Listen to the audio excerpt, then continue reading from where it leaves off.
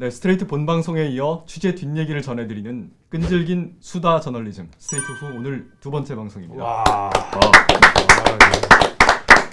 먼저 MC 맡고 있는 조승원 기자 나오셨고요. 네. 그리고 취재 데스크 맡고 있는 이호찬 기자. 안녕하세요. 그리고 오늘 취재를 담당한 이지선 기자. 안녕하세요. 네, 그리고 저는 스트레이트 팀장 맡고 있는 김현국입니다. 와. 이호찬 기자와 이지선 기자는 오늘이 첫 방송이잖아요. 네. 스트레이트 네. 후. 소개가 필요할 것 같은데 먼저 이호찬 기자. 네, 제가 이호찬. 소개해드릴까요? 네. 아, 네. 이런 거군요. 저희가 취재 데스크가 두 명이 있어요. 이호찬 기자와 박민주 기자인데 지난주에 이제 박민주 기자가 나왔고 이번 취재는 이호찬 기자가 담당했습니다. 17년차 베테랑 기자고요. 사회부 시사 매거진 2580 그리고 탐사보도팀에 있었다는 걸 꼭 알려달라고 네. 그렇게 본인이 네. 이호찬이라고 합니다. 열심히 하겠습니다. 제 옆에 이지선 기자입니다. 직전까지 경제부에 있었죠. 네. 이번에 새로 스트레이트 팀에 합류했고요. 스트레이트 팀에서 최고참이에요 보니까. 그러니까요. 네. 제가 데스크 두 분 빼고는 최고 연차가 그렇죠. 높더라고요. 리포터 중에 제일 고참이죠. 충격적이었습니다. 네. 어느새 이렇게. 네. 네. 동안이에요, 근데. 그러면. 아직은 30대라고 주장하고. 아직 30대 맞습니다. 아 맞나요? 네. 네. 이제 다 연차가 동안이십니다. 네. 아까 저희 스튜디오 녹화할 때 보니까 오늘 엄청 씹으시던데. 긴장이 팀장님하고 많이 됐나요? 오프닝도 많이 씹으시던데. 그렇- 네. 아니 저는 오늘 제가 컨셉이 발음이 이렇게 되게 막 서로 치고받는 약간. 저는 제가 발음이 좋다고 자부를 했었는데요. 네. 오늘 정말 절망이었어요. 내가 이렇게 발음이 안 좋고 잘 많이 씹는구나. 네. 오늘 분발하겠습니다. NG 컷들은 네. 이 방송 끝나고 곧바로 붙여서 쭉 이어서 보여드리겠습니다. 너무 잔인하신 거 아닙니까? 뭐 제가 팀장이니까 제 아, 마음. 그 오프닝 그 NG컷 붙여주세요. 아니요 그건 안 됩니다. 제 엔진은 좀 빼주시고. 아무튼 저는 4년차 같은 14년차 이지선입니다. 지난주에 처음으로 스트레이트가 유튜브 동시 생방송을 했고요. 또 이 취재 뒷얘기를 전하는 스트레이트 후도 처음으로 방송해봤습니다. 시청자분들께서 댓글로 뜨거운 반응을 보여주셨는데 제가 좀 소개를 해드리면 유튜브 동시 생방에다가 취재 뒷얘기까지 방송해주셔서 정말 고맙습니다. 좋습니다. 이런 댓글 인상적이었습니다. 방송이 너무 짧다. 더 길게 했으면 좋겠다. 이런 댓글도 있었고요. 그 오디오가 잘 안 들린다는 댓글이 있었는데 저희가 다음날 바로 이 댓글을 보고 오디오 문제를 수정을 해서 또 재업로드를 했습니다. 수줍어한다, 어색하다 이런 지적도 있었네요. 진짜 어색하네요. 네, 저희 근데 컨셉이니까. 이게 이제 처음이니까 다들 어색할 수밖에 없고 이게 우리 뭐 전문 유튜버들이 아니잖아요. 너무 진지하다. 저널리즘 토크쇼 제2처럼 좀 가볍게 할 수 없냐 이런 댓글도 있었네요. 오디오가 빌 때 이런 댓글도 달렸습니다. 이래서 채우기 필요합니다. 아이고. 그분 제가 개인적으로 좀 아는데 저 안 돼요. 이게 저 너무 뭔가 비싸셔가지고. 비싸서. 저희 못 데려보세요. 저희 스트레이트 제작비가 만만치 않죠. 근데 조승원 선배가 스튜디오에서는 되게 엄근진 컨셉이지만 네. 실제로는 진짜 농담 위트 있으시고 재밌으시잖아요. 엄근- 방송의 달인 아닙니까? 엄근친이 뭐예요? 아 정말. 선배 저랑 진지함을 3년 연속 추구해서.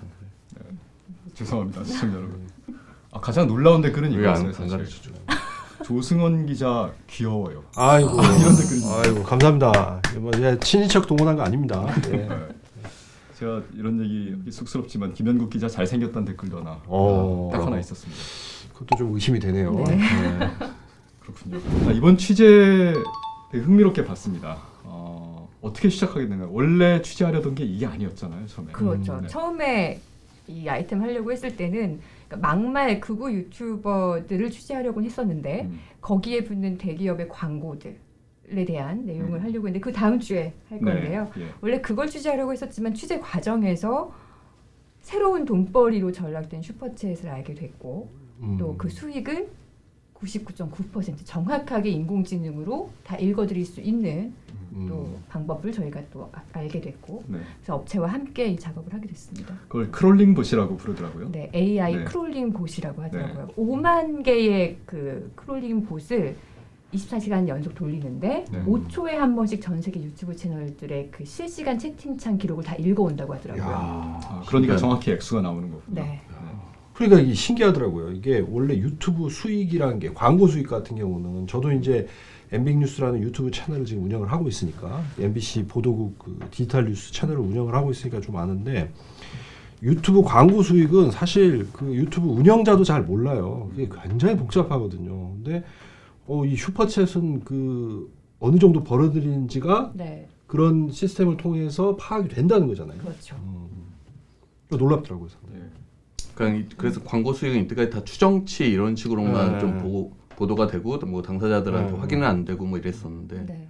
사실 저도 이 광고 수익이 얼마나 되는지에 대한 추정치 보고서도 입수한 게 있었는데 말 그대로 추정치이기 그렇죠. 때문에 기사는 다루지 않았고요. 음. 구글에서는 이 광고 수익 책정하는 그 복잡한 알고리즘을 단 한 번도 공개한 적이 없습니다. 그래서 그걸 분석해서 올리는 사이트 업체도 굉장히 많지만 다 추정치라는 거. 그렇지만 슈퍼챗은 정확하게 액수가 나오는 거죠. 네. 슈퍼챗이라는 거 원래 알고 계셨나요? 저는 사실 처음 들어봤습니다 이번에. 아니, 저는 이제 뭐 슈퍼챗이라는 건 알고는 있었는데 충격적이었던 거는 뭐 첫 번째 얘기했던 거는 이 슈퍼챗으로 얼마를 벌어들이는지가 이렇게 구체적으로 나왔다는 거. 이거는 한국 언론에 처음 아닌가요? 지금? 처음입니다. 처음이죠. 그러니까 처음이고 거기에 더 놀란 것은 이런 우파 채널들이 이걸로 정말 많은 돈을 번다는 거. 이건 굉장히 좀 많이 뭐 저도 충격을 받았고 많은 시청자분도 좀 충격을 받으셨을 것 같아요. 예.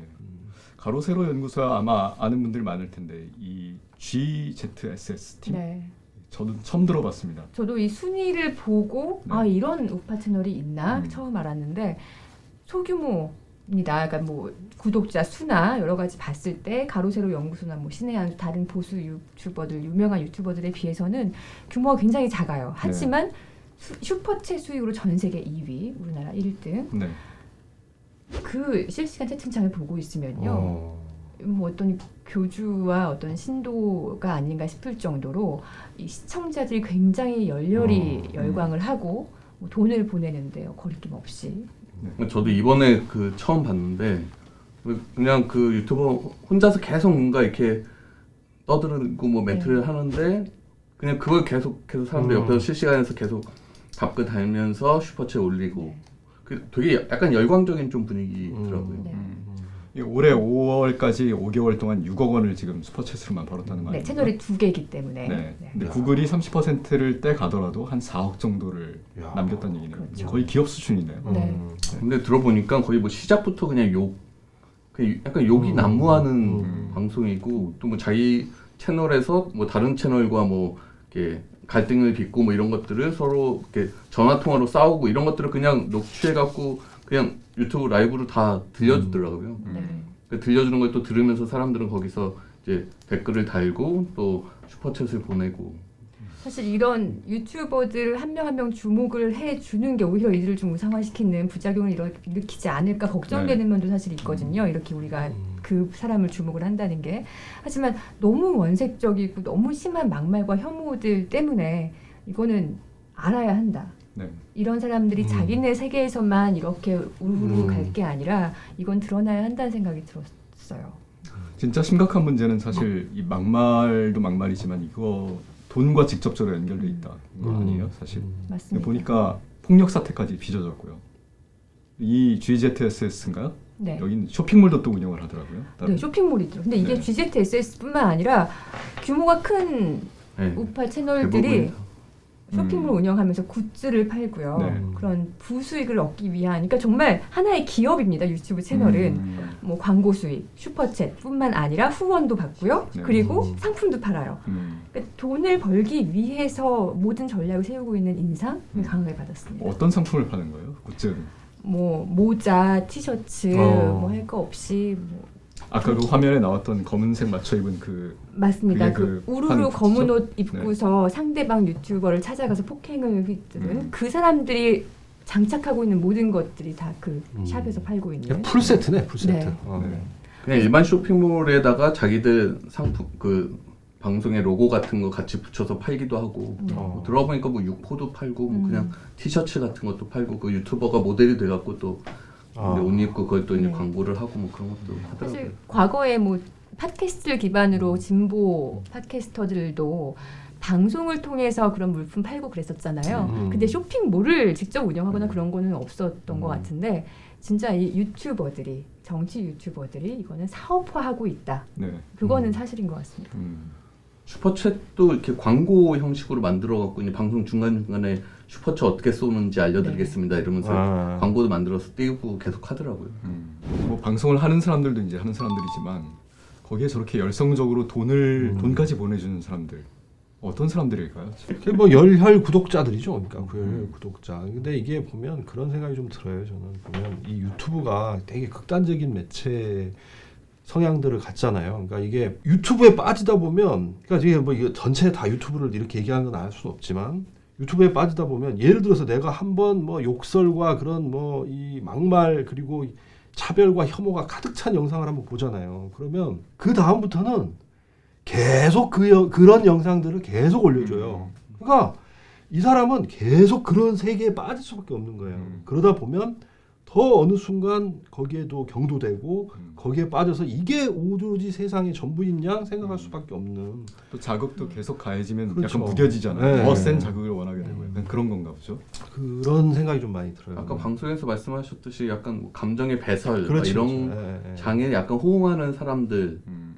그걸 뭐 카타르시스를 느낀다고 해야 될지 하여튼 그런 막말 어떻게 보면 저런 말을 하는데 호응하나 싶은 생각이 드는데도 사람들이 거기에 약간 열렬히 지지하는 그러면서 뭐 10,000원, 20,000원, 뭐 많게 뭐 10,000원, 50,000원 이렇게 돈 보내는 사람들 보면 뭐라 이렇게 해석을 딱 하기 약간 그렇죠. 조심스러운 면이 있긴 한데 네. 그렇죠. 어쨌든 상당한 좀 극렬 지지자들을 갖고 있는 그런 유튜버들이었어요. 좀 그런 유튜버들이 모이고 그런 유튜브 구독자들이 모일수록 이 사람들은 돈을 버니까 이게 거의 더- 하나의 비즈니스가 된 것 그렇죠. 같아요. 그러니까 더 심한 말을 더 하게 되는 거죠. 네. 조선배 말씀하신 것처럼 그 시청자 한 명이 처음 이 컨텐츠를 접하고 처음부터 그러진 않았을 거란 말이죠. 이런 컨텐츠에 계속 노출이 되다 보니까 어느새 여기에 무뎌지고 자기도 같이 욕설을 하고 집단화 이루면서 돈을 보내고 근데 거기에 일조한 게 또 유튜브의 추천 알고리즘 아닙니까? 네. 네, 내가 보던 것만 계속 보게 되니까 그렇죠. 다른 쪽 의견을 들을 기회를 상실당하는 거죠. 그거에 대해서도 이거는 이 기능의 조정이 필요하다는 학계의 사회를 의견이 균형 있게 있습니다. 보는데 오히려 유튜브가 방해가 된다는 그렇죠. 얘기네요. 그 방송에 이제 가로세로 연구소가 반론을 하지 않겠다고 밝혀왔다 이렇게 네. 나왔는데 이 가로세로 연구소는 많이들 아시겠지만 저희 전직 MBC 기자 김세희 씨가 지금 대표로 있는 곳이죠. 네. 김세희 씨랑 계속 직접 통화를 하셨죠. 네, 직접 네. 통화를 했습니다. 강용석 변호사랑은 연락이 닿지 않았고 네. 김세희 대표와는 전화 통화가 됐는데 취재의 어떤 의도와 취지에 대해 설명을 다 드렸고 상의를 강 변호사와 상의를 해보겠다라고 한 뒤에 반론은 하지 않기로 결정을 했다라고 전달을 받았습니다. 네. 방송 보면서 좀 인상적인 얘기가 있었습니다. 그 우파 코인을 탈까 좌파 코인을 탈까 맞아요. 이렇게 이제 그 DC 인사이드 네, 갤러리에 갤러리에 올라온 글이죠. 올라온. 참 그 어떻게 보셨어요, 조성원 기자는? 아니 그러니까 이제 그런 거죠. 방송에서도 이제 그런 얘기를 했지만 이게 참 내 생각, 어떤 뭐 나의 주장 그리고 나의 견해를 펼치기 위해서 어떤 유튜브를 이용한다. 정치 유튜버들이 이렇게 생각하는데 사실 알고 보면 좌냐 우냐 딱 골라놓고 야 어디 편에 서야 그리고 어디서 어느 좌쪽에 쓰는 게 낫나 우쪽에 쓰는 게 낫나 생각해가지고 어디가 더 돈이 될까를 생각을 야 해서 이거 어디로 가야 돈이 되지? 이거 아니에요. 이거 그거야말로 정말 그냥 극단적인 경우까지 간 거죠. 이거 돈이에요. 돈 때문에 야 우파 채널 시장이 요즘 요렇게 된다니까 그러면 내가 우파로 한번 타볼까? 뭐 이런 거잖아요. 그러니까 극단적인 사례로는 좌파 성향에 막 이게 좌파 쪽이 돈이 된다 했을 땐 이쪽에 있다가 샥 넘어가가지고 이런 사례들까지도 있다는 거 아니에요. 그래서 야 이거 참 그러니까 정치적 의견, 나의 신념 이걸 표명하는 게 아니라 돈을 위해서 난 이런 말을 하면 될 거야. 전 정말 충격적이었어요. 네, 그래서 우파 코인에 탑승한다, 좌파 코인에 탑승한다 네. 이런 얘기까지 나오고 네. 있습니다. 지금 한 보수 유튜버가 네. 상당히 솔직한 얘기를 해줬어요. 네, 네. 정직하면 돈을 벌 수 없다 이런 취지의 얘기를 해줬던데 그 뒷얘기를 좀 해주시죠. 네, 사실 저희가 이 보수 유튜버들의 의견을 너무 듣고 싶었고 하지만 네. 컨택을 하기도 쉽지 않았고 컨택이 된 뭐 가로세로 연구소도 인터뷰나 뭐 반론도 거절을 했기 때문에 인터뷰하는 게 쉽지가 않았는데요. 연락처 가는 것도 쉽지 않았고요. 정말 겨우 연락처를 알아서 드렸는데 흔쾌히 전화 인터뷰에 응해 주셔서 일단 너무 네, 감사했고 익명을 전제로. 익명을 전제로 그리고 뭔지 좀 이렇게 공개할 수는 없나요? 아니 아, 저는 그렇죠. 취재원을 아이고, 보호하기 아이고. 위해서 네 그분의 어떤 것도 단서를 드리지 않을 겁니다. 어떻게 보면 그 진영에서 굉장히 공격을 받을 수 네. 있는 거고 그분의 신분이 드러나면 그분의 슈퍼챗은 끝납니다. 근데 정말 솔직하게 말씀해 주셨고요. 그러니까 그분이 예를 든 것 중에 하나가 이거는 이렇게까지 패배를 할 수 있어? 4.15 총선에서 부정선거일 거야 라고 할 때는 슈퍼챗이 막 터지다가 좀 이렇게 알아보니까 부정선거가 아닌 것 같다고 하는 순간 슈퍼챗이 확 꼬꾸라지는 네. 그러니까 결국은 듣고 싶은 말을 해주는 유튜버에게 돈을 주는 너무 적나라한 사례잖아요. 그러니까 본인 입장에선 솔직히 진실을 말했을 때 오히려 네. 돈을 훨씬 못 벌게 되는 네. 그런 현실을 맞닥뜨린 거네요. 이거는. 진실이 아닌 걸 알아도 듣고 싶은 말을 던져야 돈이 되는. 근데 정직하면 못 번다 뭐 이런 얘기를 직접 했더라고요. 네. 네. 그럼 이런 게 계속 넘쳐나면 결국 유튜브에서는 가짜 뉴스만 접할 수 있는 가능성이 높아지는 거잖아요. 노란 딱지는 아마 아시는 분들이 좀 있을 텐데 어떤 건지 조성원 MC가 제일 잘 아시잖아요. 노란 딱지. 저는 그 노란 딱지를 매일 보고 있습니다. 네. 그러니까 이제 영상을 올렸을 때 이제 이게 전문 용어로 이제 유튜브 하시는 분들은 다 알 거예요. 이걸 수익 창출 제한이라고 그러거든요. 네. 그러니까 거기에 광고 안 붙이겠다는 거예요. 그래서 그러면 당연히 그 영상을 올리더라도 돈을 못 받는 거죠. 광고비를 못 받는 그런 영상들을 이게 왜 노란 딱지라 그러냐면 거기 보면 그 유튜브 하시는 분들 아실 텐데 이렇게 영상이 있고요. 그 유튜브 분석 툴에 들어가면 이렇게 달러가 있는데 거기에 노란색으로 딱 붙여요. 그래서 그거를 일명 그냥 우리 한국에서는 노란 딱지, 미국에서는 뭐 다른 말로 옐로우 달러 배지라고 아, 부릅니다. 옐로 달러 배치. 네. 발음이 좋으시네요. 그러네요. 그런 그거죠. 근데 이게 일반 시청자들은 볼 수가 없잖아요. 그렇죠. 그게 문제입니다. 네. 사실 문제가 있는 소지가 있는 영상에, 그러니까 문제의 소지가 있는 영상에 이 노란 딱지를 붙이는 거잖아요. 그럼 문제가 있다고 판단이 된 거잖아요. 근데 오히려 유튜브를 이용하는 시청자들에게 그걸 공개하지 않으면서 우리는 이 영상이 노란 딱지가 붙은 영상인지 아닌지를 전혀 알 수가 없어요. 사실 그걸 알려줘야 오히려 노란 딱지가 붙어서 보고 싶은 사람도 있을 수 있겠지만 네. 붙었기 때문에 보기 싫은 사람도 있는 건데 시청자의 선택권이라든가 알 권리가 전혀 보장이 되고 있지 않은 거죠. 애초부터 구글이 이 제도를 도입한 게 그 유해 콘텐츠로부터 시청자를 보호하기 위해서 도입했다기보다는 광고주가 자기도 모르는 사이에 유해 콘텐츠에 자기 광고가 붙으면은 이미지에 타격이 가니까 이걸 보호해 주려고 만든 맞습니다. 제도라고 하잖아요. 전적으로 오히려- 광고주의 이익을, 기업의 이익을 대변하기 위해 만든 제도입니다. 그래서 오히려 약간 더 너무 광범위하게 노란 딱지를 붙여서 맞아요. 오히려 문제가 네. 되기도 하는 거죠. 그러니까 음. 유튜브 입장에서는 광고주한테 해가 될 조금이라도 작은 뭔가 소지도. 여지가 있으면 일단 노란 딱지 붙여 놓고 음. 그게 이제 문제다 싶으면 유튜버들이 문제 제기하는 그런 방식을 좀 택하고 네. 있는 것 같아요. 네. 재밌는 게 그 작년 6월부터인가요? 노란 딱지를 굉장히 강화하면서 아까 말씀하신 것처럼 포괄적으로 광범위하게 막 붙였단 말이에요. 그랬더니 이 보수 유튜버들이, 막말 보수 유튜버들이 나 노란 딱지 붙었어, 나 별거 올리지도 않은 노란 딱지 붙었어 라면 탄압을 받는다고 주장을 많이 했습니다. 근데 이 사실 탄압이라는 것 자체가 성립이 되지 않나요? 왜냐? 탄압을 당했다는 건 정말 언론의 자유, 표현의 자유를 탄압당했을 때 할 수 있는 표현인 거잖아요. 하지만 그 사람들이 올린 영상이 삭제되거나 접속이 차단된 게 아니에요. 다만 광고만 붙지 않았을 뿐이죠. 그거를 탄압당했다고 할 수 있나요? 수입에 대한 탄압이라고 아니 생각하는 그게 탄압이면 MBC 뉴스도 엄청나게 탄압받는 거예요. MBC 뉴스 영상에 노란 딱지 어마어마하게 붙어요. 왜냐하면 코로나 이 사태 터진 뒤에 코로나라는 단어만 들어가도 다 노란 딱지 붙였거든요. 코로나로 돈 버는 거 못하게 하겠다 그래가지고. 근데 사실 뭐 저희 뉴스 데스크의 3분의 2가 코로나 뉴스가 계속 최근까지 나갔는데 저희도 계속 코로나 뉴스를 해야죠. 그건 너무나 공익적인 목적이죠. 그런데도 불구하고 노란 딱지 붙어요.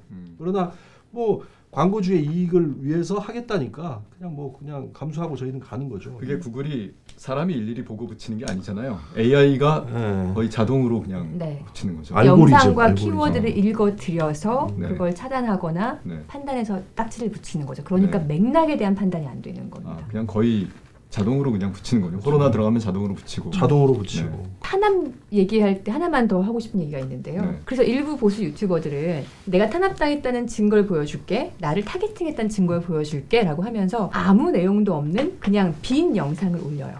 빈 영상을 올렸는데 이것 봐, 나는 누굴 비판한 적도 없고 욕을 한 적도 없고 가짜뉴스를 한 적도 없어. 근데 왜 노란 딱지가 붙었어? 이건 날 타겟팅한 거야 라고 주장한단 말이죠. 네.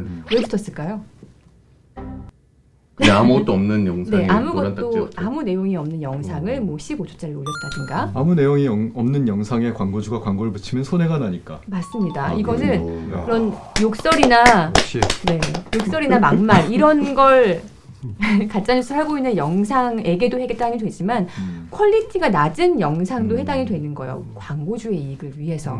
그러니까 그거는 그냥 퀄리티가 낮기 때문에 붙여진 겁니다. 그러니까 광고주 이익을 위해서는 엄청 열심히 뭔가를 그렇죠. 하고 맞아요. 있는 것 저희가 같은데. 이번에 구글 측에 사실 서면 질의서를 네. 2차례 정도 보냈잖아요. 맞아요. 한번 보내고 또 전화로도 인터뷰 네. 시도하고. 근데 한 3-4차례 보냈어요. 그 온 메일 답변을 이제 이선 기자와 같이 봤어요. 가장 눈에 띄는 게 저희는 광고주 친화적인 콘텐츠 환경 조성을 위해서 노력하고 있습니다. 이게 굉장히 눈에 띄더라고요. 그러니까 이 구글의 입장에서는 막말과 혐오 방송이 돌아다니는 이 환경에는 큰 관심이 없는 거예요. 다만 광고주가 혹시 이미지에 타격을 받지 않을까. 이게 가장 큰 관심사 같다는 느낌이 들었습니다. 그래서 이게 민주주의보다는 자본주의적 시스템이구나. 구글은 정말 솔직하네. 철저하게. 솔직하네. 네. 그리고 구글과 유튜브는 미국 법인이잖아요. 네. 미국이 관심 있어하는 거엔 관심이 있습니다. 그 전 세계 선진국이 관심 있어하는 관심이 있습니다. 예를 들어 미국에서 가장 그 타부시되는 것들이 총기, 테러, 아동 포르노. 네. 기가 막히게 잡아냅니다. 음. 어떤 유튜버의 증언에 의하면 비슷한 관련 영상이 올라가면 정말 1초 만에 어떻게 알고 차단이 된다고 하더라고요. 그리고 나치즘. 나치즘 올라오자마자 바로 차단됩니다. 하지만 한국 상황에 맞는 한국에는 위해한 정보이지만 유튜브가 관심 없는 정보에는 전혀 관심을 갖지 않는 거예요. 그러니까 나치즘 전혀 어떤 조치도 하지 않는 못지않게 거죠. 사실은 한국의 역사적 맥락에서는 5.18 광주 민주화운동을 네. 왜곡하는 왜곡하거나 여러 폄훼하거나. 가짜 뉴스들이 있는데 네. 이런 데 대해서는 걸러내지 못하는 거군요. 구글 AI가. 걸러내지 못할 뿐 아니라 방송통신심의위원회가 네. 그 유튜브 개인 방송 내용도 심의를 하거든요. 거기서 문제가 있다. 이거는 단순히 막말 욕설이 아니라 이건 너무 심각한 허위 선을 광고다. 넘었다. 네. 그래서 유튜브에 어떤 시정 조치를 요구를 해도 무시했습니다. 아까 방송에 나왔지만 네. 네, 들어주지 않았습니다. 사실 반론도 있을 것 같아요. 그러니까 구글 그렇죠. 측에서는 이건 표현의 자유의 의의 때문에 우리가 손댈 수 있는 영역이 아니다. 우리는 사회적 전 세계적인 어떤 가치의 합의에 의해서 최소한의 것만 규제할 뿐이지 나머지 영역은 자율적으로 우리 시청자들이 걸러내고 시장에서 판단할 거 판단해라. 아니냐. 뭐 이렇게 반론할 수 있을 것 같습니다. 실제 반론 보낸 거에도 표현의 자유를 되게 강조를 하면서 그렇죠. 보내게 되는데 실제 방송 나간 거 보시면 그 구글도 한번 이걸 보시면 알겠지만 이걸 사실 표현의 자유라고 해서 보장해 주기에는 너무 선을 넘는 네. 뭐 막말과 혐오, 증오 이런 말들이 너무 많잖아요. 그러니까 네. 우리도 이거를 언론사에 표현해- 종사하는데 네. 표현의 자유 정말 중요하다는 거 우리가 그렇죠. 제일 잘 알잖아요. 욕설은 표현의 자유에 포함된다고 합니다. 이거는 뭐 분노의 표출, 너무 네. 자연스러운 표현의 네. 자유에 그렇게 포함되는 볼 거죠. 근데 그게 이제 자기의 기분을 드러내는 것과 그렇죠. 네. 상대방의 누구 특정 타겟을 그렇죠. 지정해놓고 욕을 하는 거는 좀 다른 문제잖아요. 근데 그런 발언들도 여과 없이 다 지금 나가고 있거든요. 네. 특히나 약자, 네. 여성, 그리고 어떤 피해자, 유족 네? 그런 사람들을 타겟으로 혐오와 조롱을 하니까. 독일에서는 그 혐오 방지법이라는 게 제정이 돼서 네. 그 혐오나 차별을 부추기는 방송이 유튜브에 있을 경우에 그 플랫폼 사업자 유튜브에게도 벌금을 물리는 근거 조항이 있다면서요. 네. 전 세계적으로 이 혐오 표현에 대해서 형법으로 제재하는 나라는 독일밖에 없습니다. 그러니까 캐나다도 비슷하게 형법을 가지고 있긴 하지만 캐나다는 굉장히 범위를 좁혀놨거든요. 네. 근데 독일은 좀 더 광범위하게 어떤 특정 집단이나 개인에 대한 혐오 표현, 모욕 이런 것들을 아예 법으로 네. 형법으로 규제를 하고 있고 유튜브에 그런 영상이 올라왔는데 유튜브가 아무런 조치를 취하지 않았을 때 유튜브에 벌금을 물리는 네. 형식의 조항이 있습니다. 사실 뭐 그 법이 다 뭐 좋다는 의미는 아니겠지만 어쨌든 표현의 자유를 과연 어디까지 선을 그을 수 있을 것이냐는 굉장히 민감하고 민주주의에서 굉장히 중요한 문제잖아요. 이건 오랫동안 사회적 논의를 통해서 좀 합의를 만들어가야 되는 문제가 아닌가 싶습니다. 정말 말씀드리고 싶은 게 저희가 표현의 자유를 제한하는 법을 만들자 뭐 이런 걸 주장하는 건 전혀 아닙니다. 정말 선을 넘은 것들 이건 그 정말 방송을 몇 개만 보셔도 이거는 약간 맞아요. 표현의 자유의 문제가 아니다. 방송 취재하면서 엄청나게 많이 보셨잖아요. 사실 특히나 진짜 힘들었습니다. 스트레스 많이 받으신 것 같아요 보니까. 특히나 이제 구글이 책임을 우리가 묻고자 하는 거는 이게 단순히 표현의 자유를 너무 광범위하게 인정해서 방치하겠다 이런 문제가 아니잖아요. 그렇죠. 구글도 저기서 30%씩 수수료를 떼서 돈을 벌고 있다는 보잖아요 지금. 네. 광고 수익으로 버는 건 또 엄청나게 많겠죠. 그렇죠.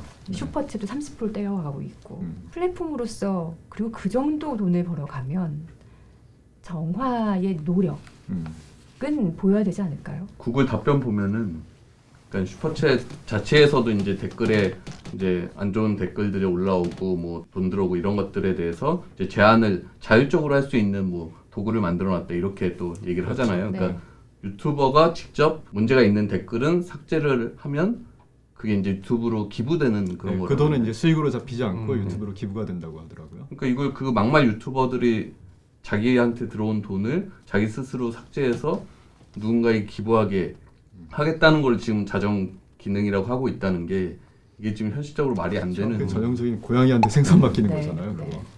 그 채팅창에 유튜버가 봤을 때 이런 채팅 메시지는 싫어라고 차단할 수는 있는데 유튜버 자체가 심한 혐오 발언을 했을 때 그러니까요. 제재할 수 있는 건 아무것도 없는 거죠. 사실 구글이 그 아까 4조에서 6조 정도 매출 네, 4조, 한국에서만 6조. 이렇게 올린다고 이제 추정치가 나왔는데 보니까 구글 코리아가 유한 회사로 돼 있어서 사실 정확한 실적을 공개하지 않더라고요. 그러니까 추정치만 나오는 겁니다. 근데 이 수치면은 사실 이미 국내에서 네이버를 넘어선 거고요. 그리고 이 세금 문제가 또 논란이더라고요. 그렇죠. 구글 코리아에서 이제 매출이 잡히는 것들을 추정해 보면 이 정도인데 이 매출이 구글 코리아로 잡히는 게 아니라 구글 싱가포르 법인으로 싱가포르. 잡힌다고 합니다. 왜냐하면 싱가포르가 한국에 비해서 법인세율이 상당히 낮거든요. 네. 조세 회피처죠 일종의. 네. 이것도 사실은 우회적인 방법으로 세금을 포탈하는 거 아니냐 이런 논란도 있습니다. 과연 구글이 사회적 책임을 다하고 있는 건지 사실 잘 모르겠더라고요. 방송 보면서 계속 의문이 듭니다. 국회에서도 한번 문제가 됐었죠. 그때 네이버 대표 나와가지고 네. 구글 역차별이다. 역차별이다 얘기하면서 네. 했었죠. 자, 이 문제를 근데 다음 주에 한 번 더 방송 준비하고 있죠. 다음 주 방송을 네. 잠깐 소개를 해드릴까? 다음 주 방송은요. 이런 막말 유튜브 방송들에도 광고가 붙는 게 있습니다. 과거에는 더 많이 붙었는데 물론 작년 하반기부터 좀 덜 붙긴 하죠. 근데 이 기업 광고를 붙이는 게요. 기업들 마음대로 하는 게 또 아니더라고요. 이것도 구글의 AI가 네. 알고리즘에 의해서 붙입니다. 그럼 관련된 재밌는 더 하시면 스포일이 될 것 내용들을, 같습니다. 다음 주 방송에서 그러면 더 자세한 내용. 네. 이 가짜 뉴스 문제가 사실 최근에 와서 많이 논란이 되고 있지만 제가 책에서 읽은 겁니다. 가짜 뉴스가 처음 문제가 됐던 게 1980년대 미국에서부터 이제 논란이 됐다고요. 당시에 CNN이 처음으로 24시간 방송을 시작합니다. 근데 그 전까지는 정치인이 거짓말을 하거나 가짜 뉴스를 얘기하더라도 그날 저녁 뉴스까지 또는 다음 날 아침 신문까지 기자들이 이 말 정말이야? 혹시 거짓말 아닐까? 이렇게 검증을 하고 걸러서 사람들에게 전달을 했다는 거예요. 근데 24시간 방송에서는 정치인이 한 거짓말이 한번 걸러질 틈 없이 그냥 그대로 시청자들에게 다 전달을 속보 경쟁을 하니까. 네, 속보 경쟁이 또 붙고. 일명이 따옴표 저널리즘. 네, 그러면서 한 걸음 떨어져서 좀 냉정하게 그 발언을 다시 한번 생각해볼 여유를 사람들한테 뺏어갔다는 그런 글을 읽은 적이 있습니다. 근데 이게 한국적 상황을 보면은 종편이나 유튜브가 바로 이 역할을 하고 있는 게 아닌가. 네. 24시간 내내 어떤 뉴스든 누가 뭐라고 말했습니다. 우리 인용 저널리즘이라고 하잖아요. 따옴표 저널리즘이라고 하고 좀 무책임하다는 생각도 들고 이제 오늘 본 유튜브 얘기는 사실 그보다 한 걸음 더 나가 있는 거죠. 저희 스트레이트만이라도 한 번 더 걸러서 숙고하고 냉정하게 다시 검증하는 그런 저널리즘의 원칙을 지켜나가도록 노력하겠습니다. 이번에도 이지선 기자가 AI로 한 거 다시 일일이 AI를 검증해 본다고 몇 개를 실제 계산을 맞아요. 해봤어요. 정말 2시간짜리 방송 2개를 하나하나 올라올 때마다 금액 적고 다 해서 실제로 액수가 일치하는지 그래서 보려고요. AI가 읽은 거와 같은지 비교를 또 AI를 의심하신 거군요. 그러니까 인공지능에 맞서서 인간지능으로 해보는 거. 마치 이세돌과 알파고의 대결 같은 대결이네요. 어쨌든 전 정확한 걸 전달을 해드려야 될 의무가 있으니까요. 네. 자, 오늘 스트레이트 후는 여기까지만 할까요? 네. 네. 그 시청자분들 보내주신 댓글 중에 구독, 좋아요 이거 연습도 안 해서 잘 못 맞추냐 이런 지적도 있었습니다. 저희가 연습을 따로 했잖아요. 네, 그래서 오늘 했죠. 네. 한번 맞춰보죠 이번에. 네. 네. 어떻게 하는? 하나, 자, 하나, 둘, 셋. 하나, 둘, 셋. 구독, 좋아요, 알림 설정 잊지 마세요. 잊지 마세요. 아니, 안 슈퍼챗 되겠네. 안 보내셔도 돼요. 네, 다음 주에 다시 뵙겠습니다. 네.